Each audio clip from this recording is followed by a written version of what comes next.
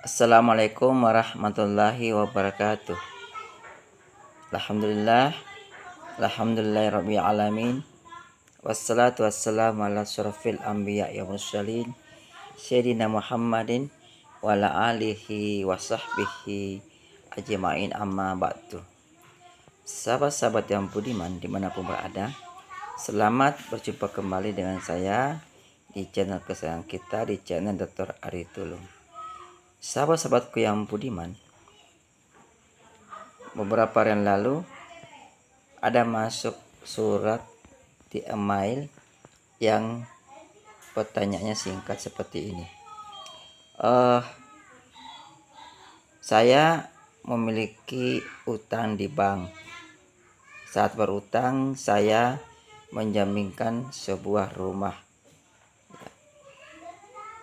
Nah, rumah tersebut karena tidak mampu membayar, maka rumah tersebut dilelang oleh bank, ya, oleh salah satu bank tempat saya meminjam.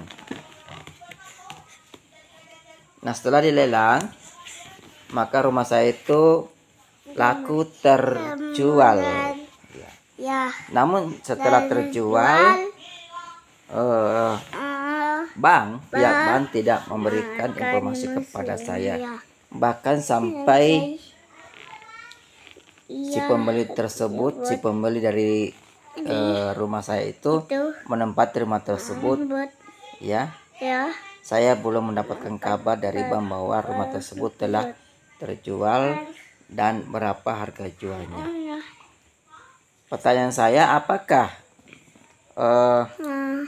bank tersebut sudah melakukan pelanggaran, dan apakah saya punya hak untuk mengetahui berapa jumlah lelang dari rumah saya itu? Mohon ditanya mohon dijawab Pak Dokter. Sekian, terima kasih. Nah, itu pertanyaan singkat dari salah satu subscriber yang dikirim melalui email saya. Sahabat yang budiman, terkait permasalahan yang baru kita bahasakan tadi, yang baru kita datang dari seorang penanya, ini adalah masalah utang piutang dengan jaminan.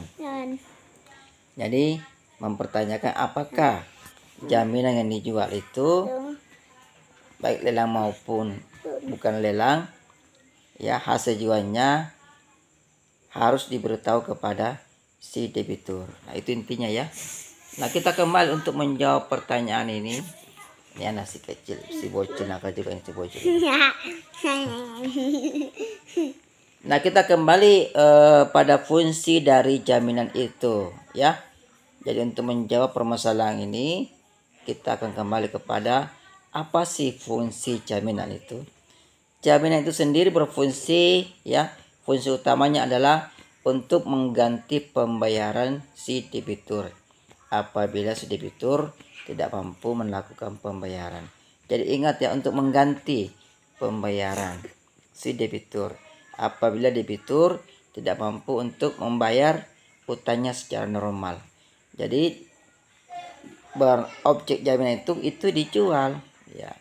Dijual gunanya apa? Untuk mengganti pembayarannya. Nah, kata mengganti pembayarannya berarti pihak kreditur di sini, dalam arti bank, ya. Kalau krediturnya adalah bank, ya, atau pihak lain yang berstatus sebagai kreditur, itu hanya boleh mengambil hasil lelang atau hasil penjualan dari objek jaminan itu sebesar sisa utang dari si debitur. Ini maknanya. Sehingga di sini muncul kewajiban kepada bank, ya, ataupun pihak si kreditur untuk memberitahukan kepada si debitur tentang jumlah atau nilai dari hasil jual atau lelang dari objek jaminan tersebut, ya. Jadi ini kewajiban pihak bank atau si kreditur untuk memberitahukan kepada si debitur bahwa jaminan yang dilelang itu senilai berapa, ya. Apa tujuan, apa sehingga ini menjadi kewajiban pihak bank atau kreditur untuk memberitahukan kepada si debitur? Tujuannya adalah untuk mengembalikan sisa, ya, sisa nilai jual dari objek yang dijaminkan itu. Jika berlebihan, maka bank atau si kreditur sini itu punya kewajiban untuk mengembalikan kepada si debitur. Ya, jika kurang tentu si debitur punya hak untuk menagih ulang, untuk meminta kembali ya penagihan.